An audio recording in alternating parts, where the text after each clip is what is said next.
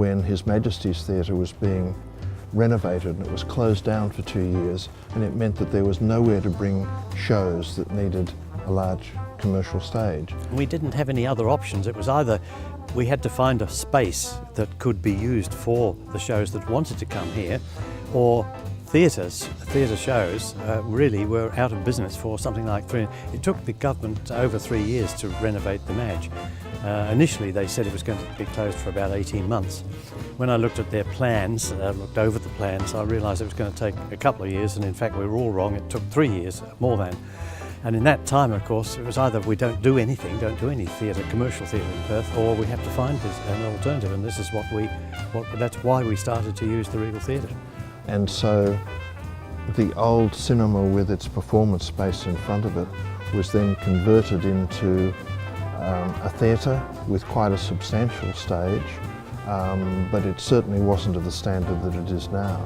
There weren't enough dressing rooms to do anything, so we hired caravans and stuck caravans out the back of the theatre, and when it rained, the artists, in fact they still joke about it when I go back to London and catch up with some of my mates over there. They joke about these umbrellas that we'd lent them to get on stage without getting too wet. In the early 1990s, a full commercial stage was built where from the proscenium backwards, the whole back end of the theatre was redeveloped, and it not only had a stage which was comparable to anything that you would find in places like the Prince's Theatre or His Majesty's in Melbourne,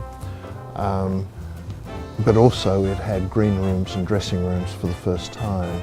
The first show in 1977 was same time next year with Graham Blundell, who was still lodged in the public mind as Alvin Purple. Next one, very shortly after, was the allocution of Benjamin Franklin, which became the talk of the town because the star, Gordon Chater, made his entrance nude, shock horror. And so it's been a succession of shows ever since. The style of the theatre is very much, it has a 1,000-seat capacity, but it's surprisingly intimate. And if you developed it to current standards, you wouldn't have that degree of intimacy. With the intimacy means that there is a very good relationship between any of the seats in the house and the stage.